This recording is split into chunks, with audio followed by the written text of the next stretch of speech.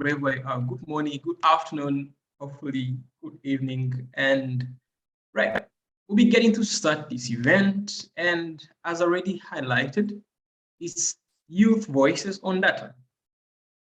One, we'd like to thank you for being part of our workshop. And today we're here to talk about important issues, how young people are included or not included in data, the impacts this has on their lives, on their livelihoods, or that they aspire to do in their lives, how young people are using data to create change, and why the youth need more opportunities to shape and inform data decisions. And this workshop is part of a broader data values movement, which we hope many of you will engage with further. We'll be recording, and I think we're already recording, basically the very first session, so that we can be able to, have record of some of the panel discussions. But then when you go to the breakout rooms, please, we're not going to be recording, and we ask you to freely speak and share your opinions and your experiences openly or in the breakout rooms. We want everyone to feel free to be able to contribute all the opinions and in a way that is engaged. But we encourage everyone here, ensure that this space, and as we share with every other person, keep kindness, trust, and respect at heart. And it's faith. Basically, this workshop highlights that young people have unique perspective on data, and that our voices must be heard. But we must have active roles in shaping the future of data. We want to begin with understanding where you are on some of key issues around data in power. We request you to log on to Slido using the image or the link and kindly type in your thoughts. There is already something shared on this slide. Yes. Request you that you log in and share your thoughts, experiences, respond to the two questions that are highlighted in there. Faith. Oh, thank you so much, Patrick. While everyone completes those questions, so I would like to tell you more about today's agenda, but try your possible best to see how you complete the Mentimeter question. Tell us about your ideas on data, your experiences on data. So today we've got really amazing speakers with us. We'll begin with a short discussion with youth leaders creating change on data issues. Then we'll move into a breakout room. Here we look forward to hearing from you about your experiences and ideas. We'll come back again towards the end and share some ideas for how we take this conversation forward, and also opportunities for all of us to engage more on data. So we really look forward to having an interactive discussion with you, and also hearing from all of you about your ideas, your experiences, concerns, and insights. So please add any comments or questions in the chat box at any time, and feel free to share and listen in the breakout rooms. You can also engage on social media using hashtag data values. So when you use the hashtag data values, you can tag us. And also I'm going to look at the responses from the poll.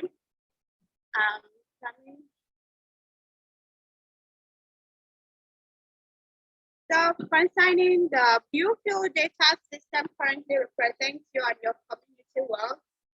So about 55% said no, and 27%, okay, 46% said no, not really. 23% said you're not sure. Also 23% say no, absolutely not. 8% say yes, I think so. And 1% say yes, definitely. So these are some of the polls and the results from the poll. Let me look at the chat box too. Okay, so welcome everybody for joining the section. I can see some people's responses. And another question, what do you think are some of the biggest risks involved with data and technology today? About 100% said misuse and manipulation of data. Wow, this is serious. 100% also say unclear digital rights. Okay, people are still answering, so let me just hold on.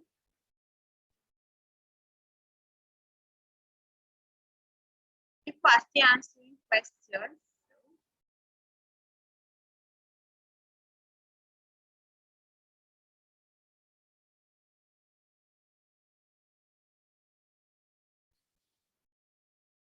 So 67% say misuse and manipulation of data.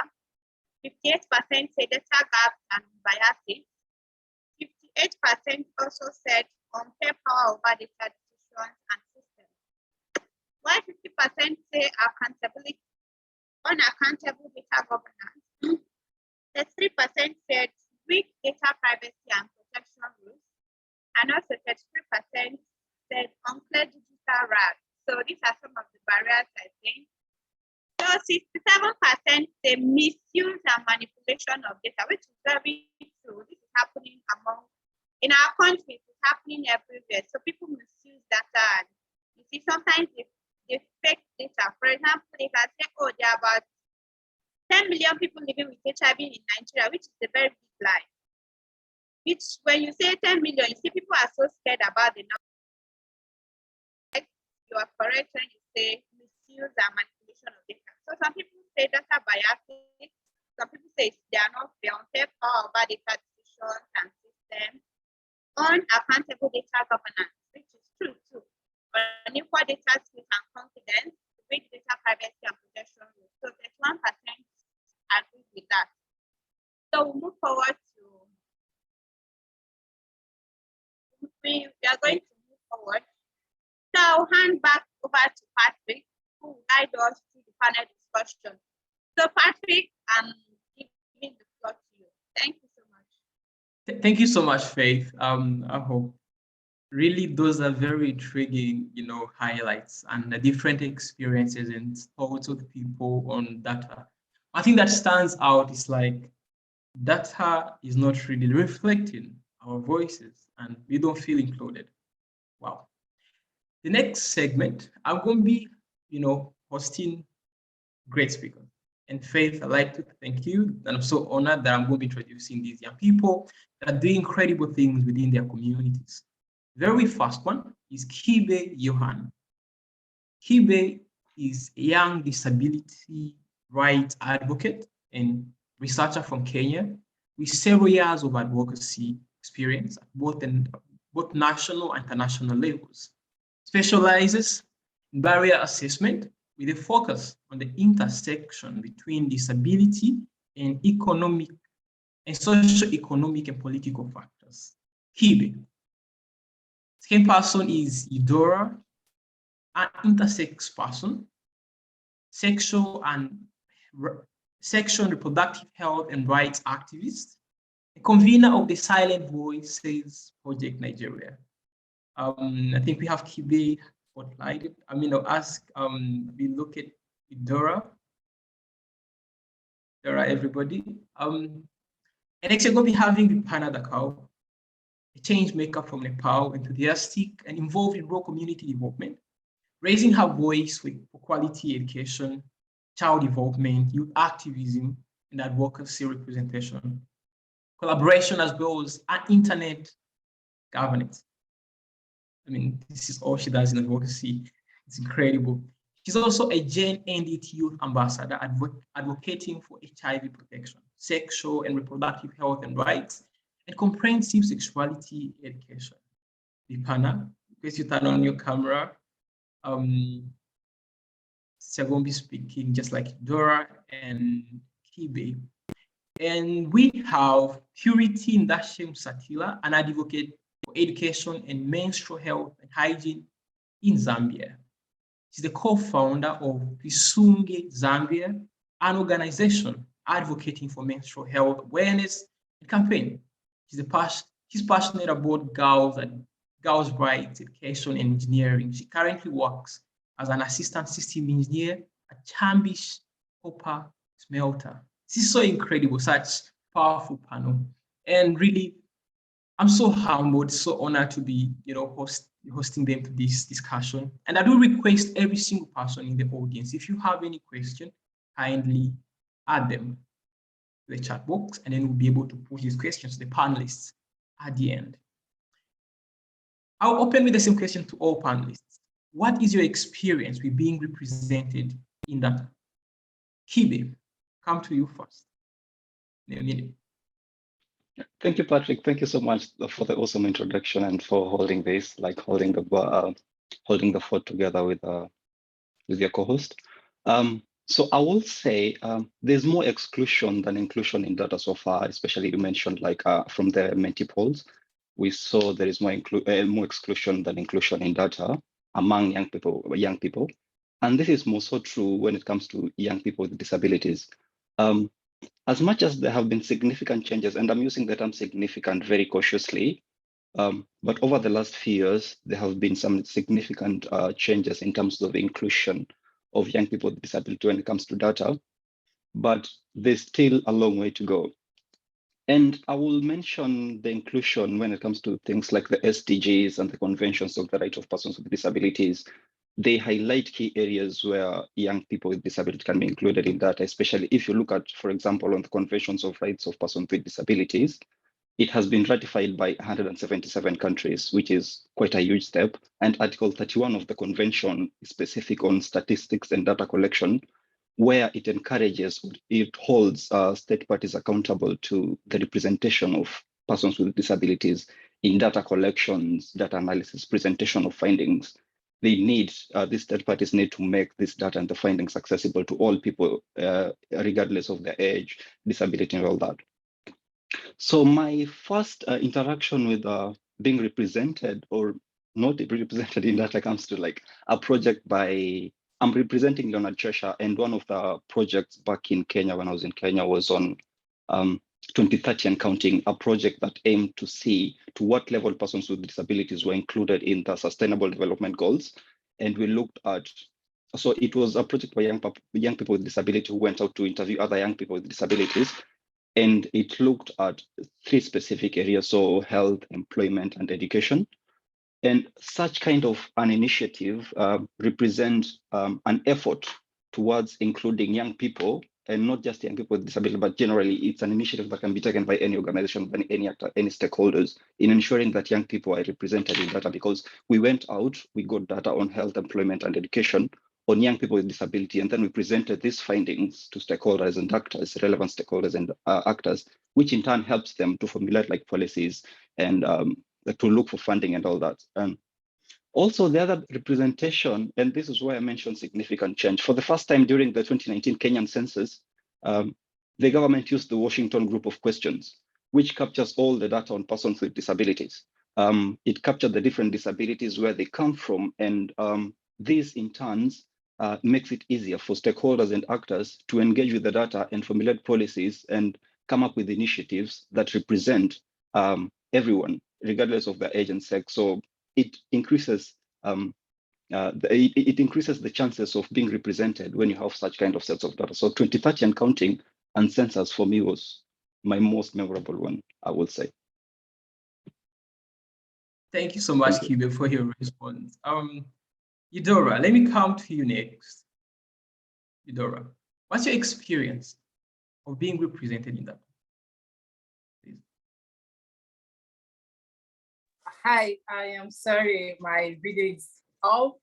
It's been raining since morning here, and everywhere is quite a bit noisy, so it's all like a bit hard for me to get somewhere very quiet so I'll be able to attend to the meeting. I am so sorry about that. Okay, first of all, this particular topic, data value, is something that it's very, I don't know, can you hear me? Yes, we can hear you so well. Yeah. Okay, so it's basically something that is very important and very personal to me, because when you talk about data, my community are one of the minorities. You know, when you talk about minority inside minorities, so my community are one of the minorities inside minorities. I mean, if we talk about intersex persons, I'm sure not few of us know what an intersex person is and who they are. And that is one of the major challenges we have as a community. Now, coming to Nigeria, you cannot ask them for a data to represent how many intersex persons we have in Nigeria, and they'll present it. No, it does not even exist. So we are like shadows that do not exist in a country that belongs to us. So data is one of the major challenges we have, because me as an intersex rights activist, now I am talking and someone will be like, oh, okay, how many intersex persons do we have in Nigeria? I can't even say, because there are so many barriers to get to know how many intersex persons exist. Because Nigeria is a country where everybody is placed in a box. It's either they are male or female. They do not understand that there are people that exist between male and female. So whatever data they have is basically either male or for female. As long as you're not in any of those boxes, you practically do not exist in Nigeria. So the major challenges are coming to work with other youth network and youth engagement. You will come out and see that the data collection tools also restrict us to either male or female. Where are the spaces where I, as an intersex person who do not belong to any of these persons, will fill in? You find out that every angle is kicking against the data that to present the intersex person, from young key population network organizations down to the government, down even at home, because most of these intersex child, you find out that they are being mutilated as a baby. Either the parents will want to choose the particular gender or sex to assign to this child, and you'll be like, oh, what is happening? And then when this person grow up, they're either forcefully placed in the box where they do not belong. In Nigeria now, every parent you ask, oh, how many children do you have? They'll say, oh, boy or a girl. They do not even, they won't even want to believe that, yes, there is something in between among them. So data has been a very big challenge for us in our country here in Nigeria. It is the highest, because I think with data, we'll be at least visible enough, but we don't even have data. We don't have, I can speak about myself being an intersex person. I can speak about other people, other young persons that I know during the course of my work. I've come to meet them. Oh, okay, someone like me actually exists. I can speak about all, but how about those younger ones in the rural area, in so many places that we cannot even account for? So we don't even have data. It's not even like we do not exist. Nobody is even talking about us. So data has affected our existence, that affected our visibility. Now, talking about the challenges, how do you even care for people you do not know that they exist? I mean, if you're saying you're taking care of this person, you're taking care of this person, how do you even care about people you do not know that they exist? You do not know that they exist. So what are the services you are offering to me? What are the things you are giving to me? You're talking about education, empowerment, employment, other things. What are you doing for me? You don't even know how many that I am. You don't even know if I exist. So what do you say that you are doing for us? Because most of these things do not come up. It's basically that we do not exist. So this data of a thing is something that we as young people need to understand, that there is a need for inclusivity.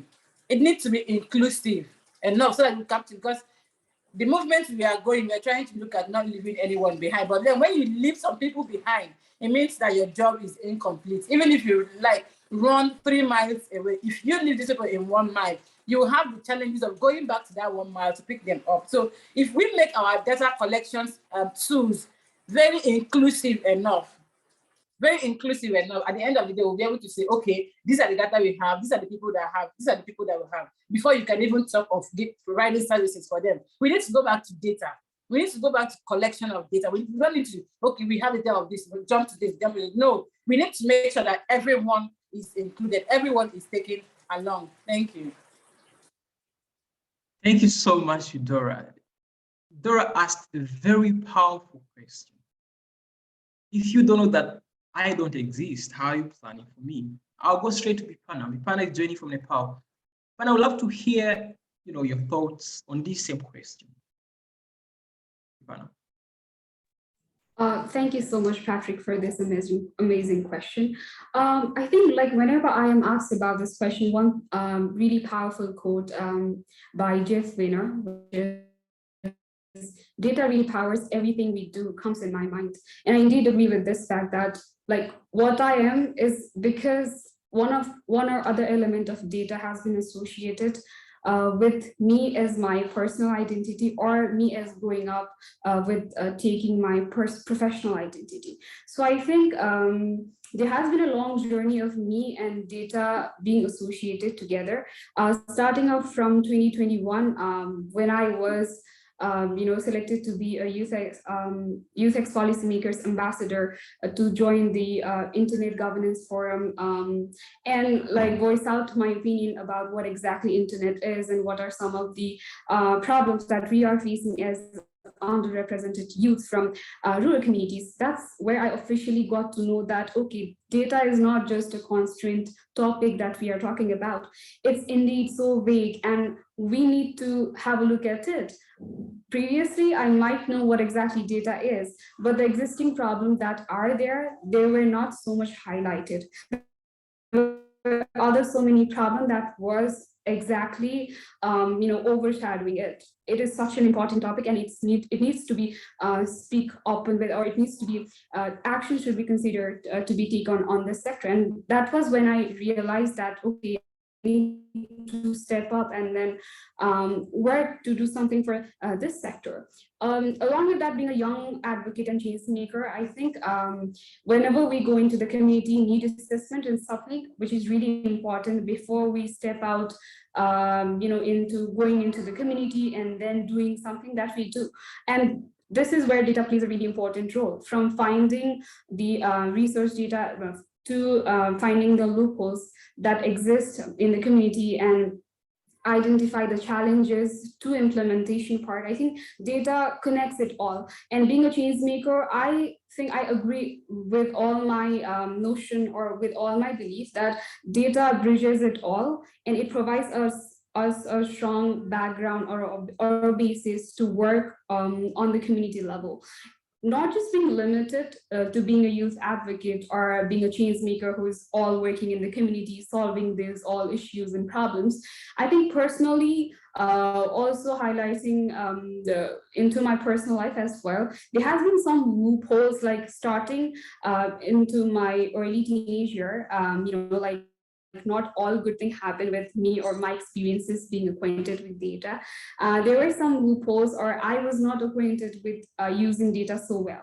So that one experience of me not being able to handle data so well also made me realize that it is a serious issue and I should start looking over it. There was no one to teach me how to use it properly. There was no one to teach me that it is a really critical as well as a really discrete platform. You should use it properly. I was not aware about it. And I think with that experience being experienced by me, I also come over to a really strong preference or strong reference of me being acquainted to data and wanting to do something in this sector, and have come across to these many years of working for community development and dedicating myself in raising awareness on topics such as the importance of data or other needed thoughts or other needed topics that we should be talking over and over again. So I think, yeah, it has and always will be an eternal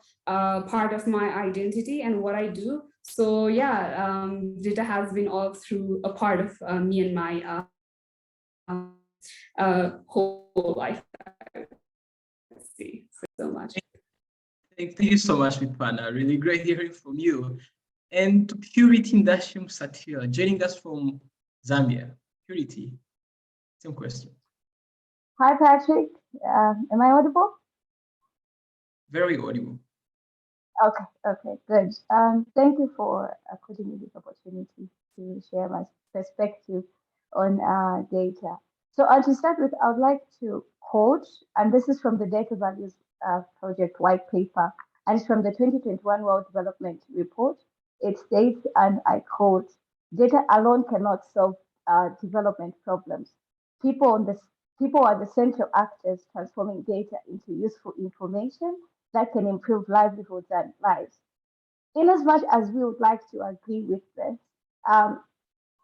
there's a huge margin with us young people that are on the ground. And being a young person and being actively involved in working with people from marginalized communities, from the ones that are privileged, you can see that there is a mismatch.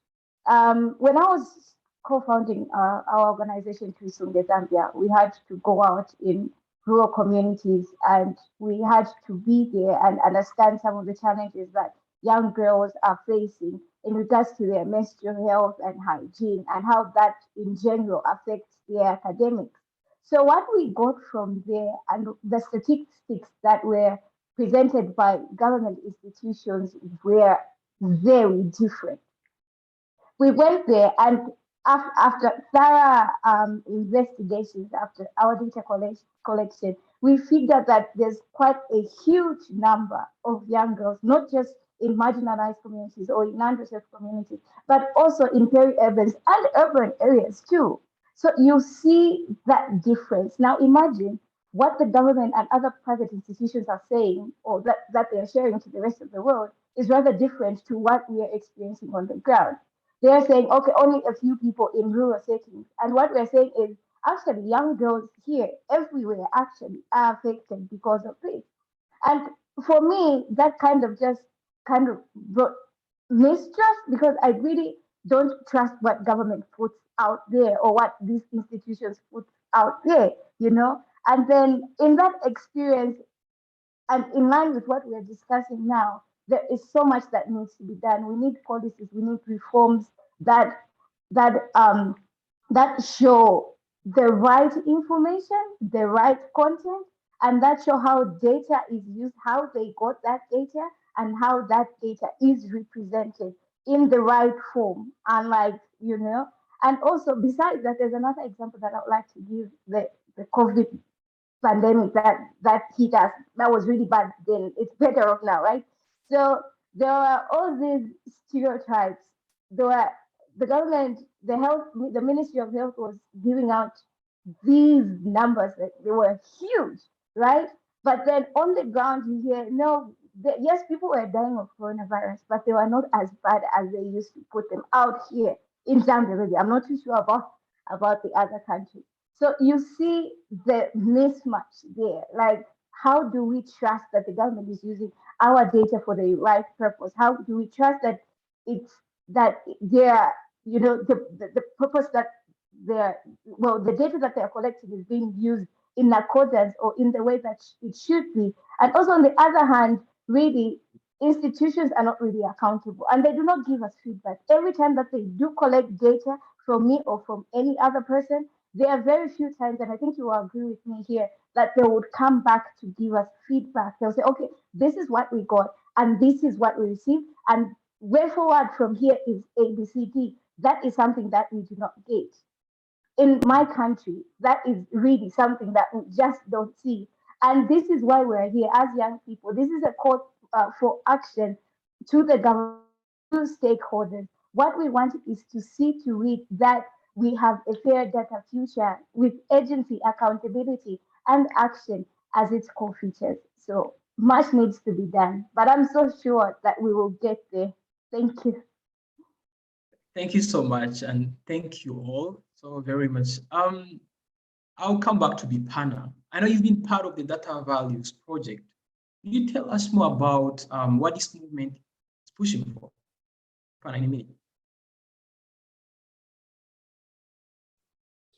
Yeah, thank you again, Patrick. So I have been a part of the Data Values Project's youth engagement stream, where a group of young people have influenced the project's key messages, provided feedback and ideas, and thought more about how young people can engage with the project. So the Data Values Project brings together many partners who want to work together to create a fairer data future.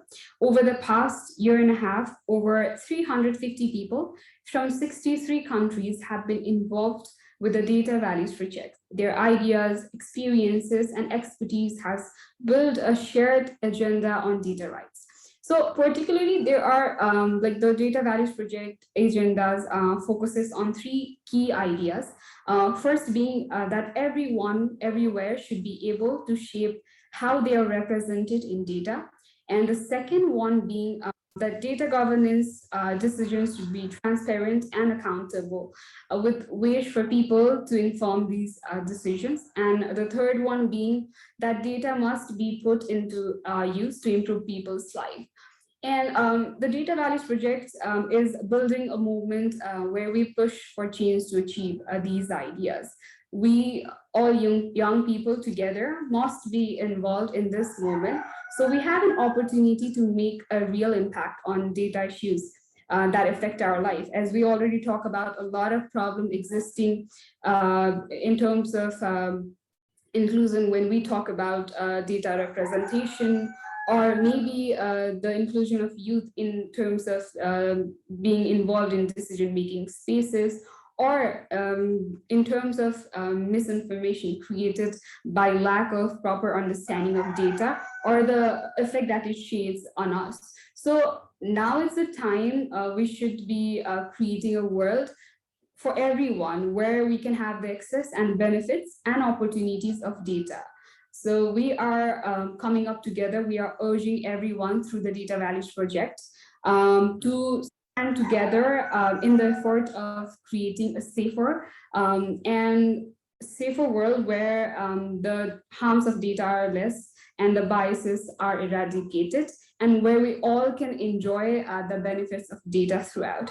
So that's what we are marching to get together with the notion of Data Values Project. And through this project, we welcome many other young people like us to be associated or to be involved in this project, so we can reach out to much wider population and then can inspire them to eradicate all the injustices and all the biases that is happening in the sector of the data representation and data being misused in this sector. So yeah, that's what Data Values Project is doing. And with this, we welcome you all to be a part of it as well. Thank you so much. Thank you so much, Pipana. You speak about minimizing or eradicating the harms of data. And I would like to come to you, Dora.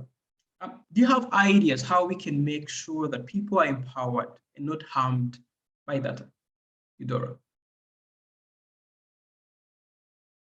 Hi, thank you, Patrick, for that, for that question. So how people can be empowered to understand the issues of data? I think basically it starts from us, the young people first, because this home misconception comes from home. Because a parent gives birth to a child, or basically what they grow up with is what they are told at home.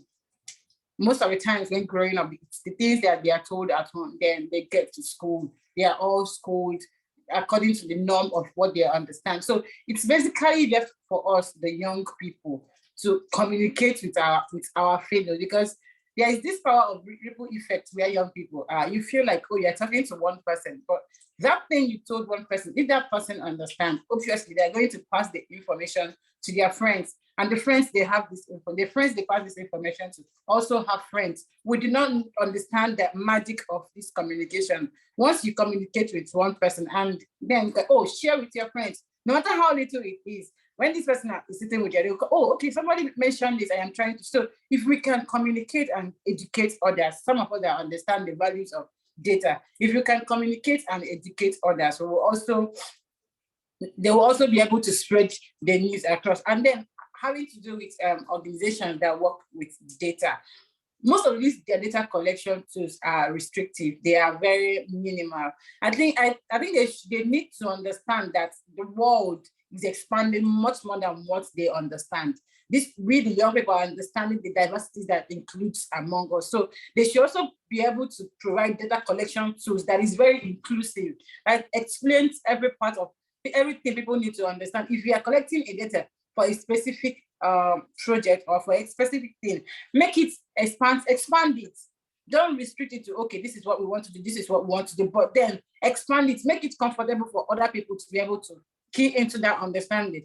Like, let's talk about let's talk about HIV prevention and care now. We are talking about, people living with HIV, and then an organization is working with young people, and you are restricting your data to MSM, men who have sex with men. How about LBQ women that are living with HIV? How will you be able to capture the data? But if at that point your data collection tool expand and is very inclusive, you'll be able to have data from all angles, not just that specific data you are working. Even though you do not have funds to work on this specific data, gather it, because the data you have will be able to open up access to funds. If you keep kicking it and working with anyone, we won't be anywhere today. So it's more, all of us as young people should take it up on ourselves to be able to talk about others, the use and the need to understand the uses of data, and also engage government. Let me use Nigeria, for example. We need to engage government in decision-making places. We need to be in the policy-making positions, because obviously we deserve to be there. We have the right to be there. We need to engage them in those places to understand that this thing that they are doing is outdated. There is a need to update it, because as the world go on, everybody keep updating, things keep updating, data keep updating. So those particular tools they are using to collect data at their point, it's no longer valid at this age. They need to do something about it to be able to capture and take everyone along. Thank you. Thank you so much, Dora. And I'll come to you, Kibe. I'd like to hear your thoughts too. What do you think needs to change? Young people with disabilities to have more of a say in data decision. Thank you, Patrick. Before I continue, I think Eudora mentioned something so critical. I have like 4 points, but I think she added one important point. When you're developing like data collection tools, it's important to make sure the tool is very inclusive, is inclusive for everyone. So in the case of young persons with disability, you find that data collection tools has like your biographic information, geographic information, everything, but it misses one critical aspect of it. It doesn't require you to like to have the option of disclosing your disability. Something so simple as disclosing your disability puts you on the map. It says, I am here and I need attention to, but then most of the data collection tools don't. It's usually, as you mentioned as well, because they miss a lot. It's usually, what is your sexual orientation? They say men and women. They miss out on every other thing, especially it's a very notorious practice in the global South, where I don't want to say there is no awareness, because the people who are administering this with these tools are quite learned and they're quite informed on all the inclusion that can be done, but they choose to exclude just to capture what they want to capture. So thank you so much for that, Eudora. So I will say for my points, I will say things that need to change to ensure young people with disability have more say in data decision. One will be accessible digital technology, especially in the global South. Having access to digital technology by default increases your chances of encountering or interacting with data. And if we are going to make decisions on data and you don't have access to it, you can't make that decision. So accessible digital technology is quite important.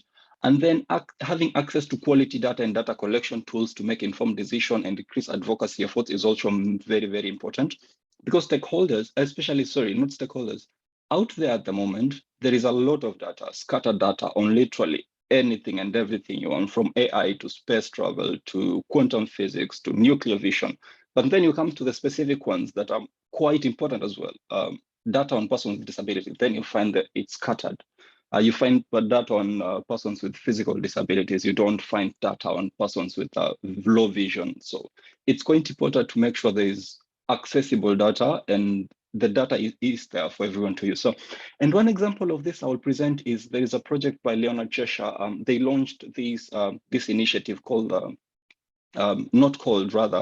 they decided to create a website that integrates or bring together all the data that is available on about 5 regions, the Europe, Asia, Africa, Oceania, and everything. It captures the data, specific data on this on different disabilities. There, it's called. Let me just confirm that for a moment. It's called the Disability Data Portal. If I may, I'm just going to quickly share the website. On the chat. This is an example of increasing access and increasing the chances of young people to make decisions on things that affect them. And the other one was the other initiative that can be done or that needs to change is the awareness on the importance of data representation at the grassroots level. Because when you do, it's common knowledge that there's this big gap between the knowledge that is available for those in urban areas and that is available to those in the rural areas.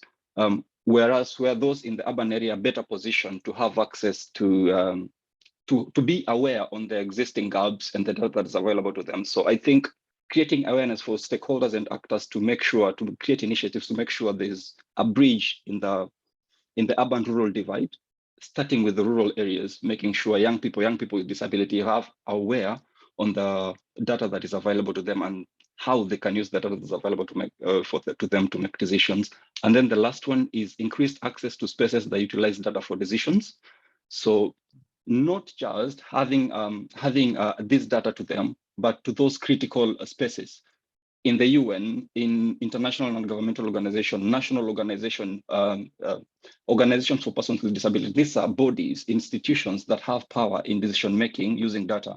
So having young people and young people with disability, giving them access to such institutions gives them power and gives them the knowledge to make decisions based on data that is available on factors, on things that affect them. So I would say those are the main points on what needs to change for me. Thank you so much, Kibe. And I'll move to Purity. What do you think young people bring to the global efforts like the Data Values Project? And why is it important that our voices and experiences are the heart of this? Purity, in a minute. Thank you, Patrick, for that question. We are living in the 21st century, right? And more than any time recorded in history, young people are up on the move to to drive change. We are the ones driving the SDGs, education, name it, from 1 all the way to 17, right? And so this also includes the data values. We are the ones driving this change. We are bringing in reforms. We are bringing in a revolution, and also questions. A lot of questions. And so, what we want from the government and civil societies and public institutions is for them to be accountable. I'm much on their accountability side because that's something I hardly ever see here in my country, and maybe perhaps in yours as well. And so, we want them to be with our data and to give us the much needed answers that we need and the reforms to make our data safe and included as well. And also on the other side, we want to be informed as young people, even as we share data or as we receive data, we want to be informed about how our data is governed. We want to be consulted, we want to be involved, and we want to be collaborated with. We want all these institutions to come to us for advice, for recommendations, because at the moment, what we're doing now is voicing out our concerns and all the recommendations that my colleagues have mentioned earlier. And we want to be empowered. When we come in, we advise and we assist. It should be recorded, and everything that we say, like we are doing, voicing out, should be reflected in our data, right?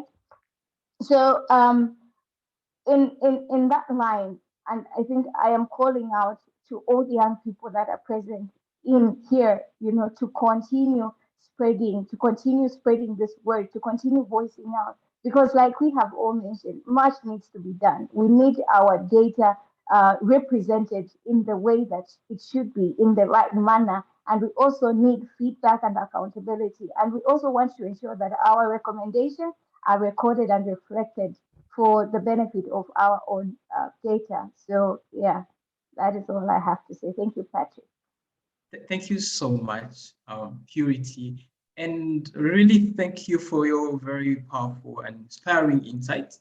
And we see a question from Emmanuel Onwe on the group, on the chat, and it's an incredible one. But I think we're going to be having this question and more of this explored in the breakout rooms. So kindly keep your questions coming. And right here, I'll say I'm really grateful and thankful to each and every you for having shared your brilliant insights. I know there is a lot more for us to explore, and we can forward a conversation, right? The next segment with Faith are in the breakout rooms, and yeah, encourage us to push the conversation, to engage and share our insights. Please keep it in mind that the next bit is not recorded, so please share and don't be afraid. Right, Faith, hand over to you. Thank you so much. Can you hear me? Can you hear me? Yes, Faith, we can hear you. Okay, fine. So I want to say thank you so much, Patrick, for the program. And I want to say thank you so much to the 4 panelists, Udera, Kebi, Purity, and Bufana. I'm really grateful for your sharing knowledge and experiences with us. So it shows that more needs to be done in terms of data.